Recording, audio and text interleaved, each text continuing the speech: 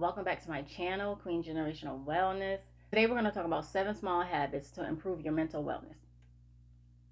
The definition of mental wellness was kind of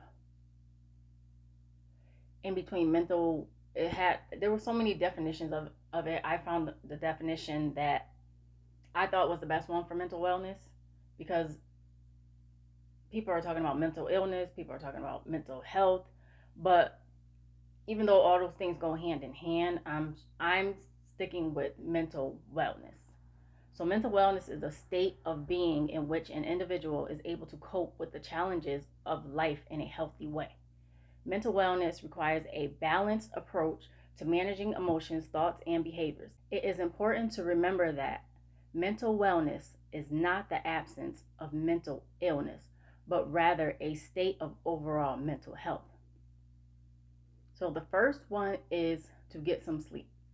I know for sure a lot of people, you can tell when a lot of people don't sleep. They're cranky, they're aggravated by everything. People don't take sleep as serious as they should. And that whole, they have that whole, team no sleep, sleep is for suckers. I am not a part of that team, nor will I ever be. I take sleep very seriously.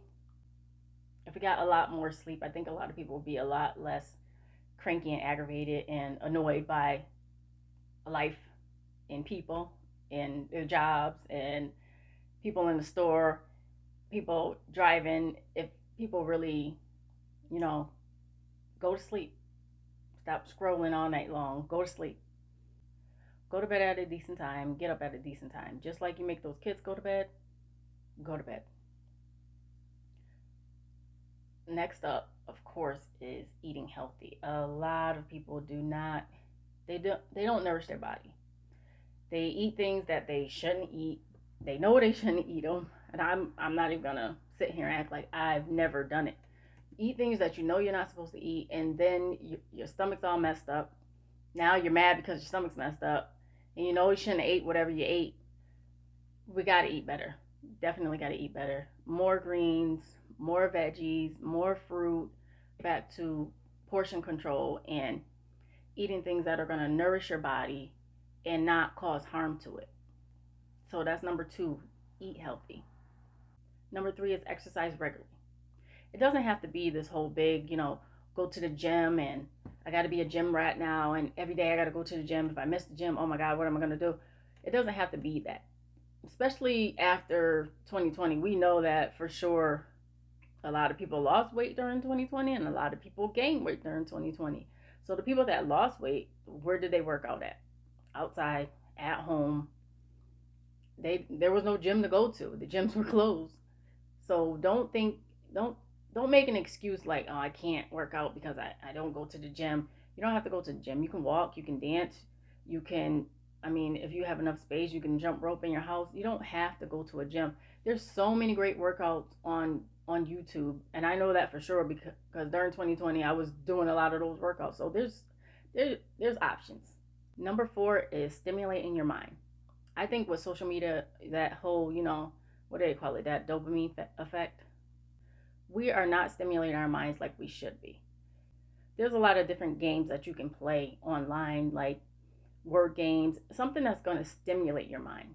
Some of us haven't read in forever. We need to go back to reading and not just reading social media posts. Actually reading, getting a book and reading a book. Even if you read it on your phone, we need to go back to reading. Then there is learning a new skill.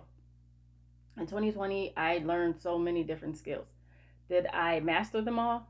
No. But I learned so many different new skills. And at this point now I know what I want to do or what I don't want to do. You got to keep your mind fresh. You got to keep learning no matter what. No matter what age you are, you have to keep learning. Learning new things, maybe relearning some old things, but you got to keep your mind fresh. 5, take breaks.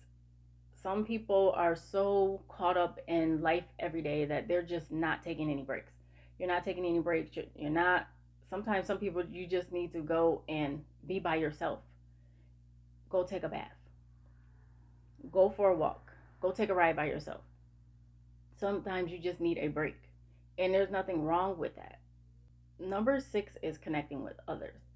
But you got to connect with the right people. You can't just connect with everybody, especially if you're connecting with people that are stressing you out, getting you out of your character, and making you feel like you're less than.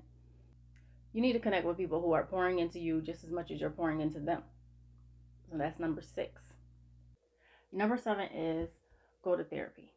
I know I said I wasn't going to get into mental health, which I'm not, but I think sometimes we need to talk to someone that we don't know, someone that's not going to judge us, someone that's not going to yes man us, someone that's not going to make you feel less than, but try to help you sort out your problems and your issues. And I can say for myself, there was times when I needed to go to therapy and I was just told, just pray about it or something happened. There was one time when I was going to church. We went away to another church and we went to a park or something, I don't know. When we were on our way back, one of the other vans flipped over. I seen the whole accident. I seen the van flip over. I seen all the kids, they were just popping out the van like popcorn as the van was flipping over. And I'm watching this happen in slow motion. It was it was like watching a movie. And after everything was said and done, we ended up going back to the church and they prayed for us, which is, I don't feel like there's anything wrong with prayer, but we should have been talking to some counselors or talking to some therapists. When I got back home, anytime I heard squealing tires or a car just driving too fast, it made my heart race. And I would freak out and try to calm myself down. And I'm taking deep breaths and I'm just looking around because it triggered me and I was triggered and I should have been in therapy. It shouldn't have been just go and pray about it. I should have been in therapy. And at that time I was probably 18 or 19. There's a lot of things that go on in people's life, a lot of childhood trauma, a lot of things that they don't talk about. And I think going to a therapist, you can release all those things that you don't talk about.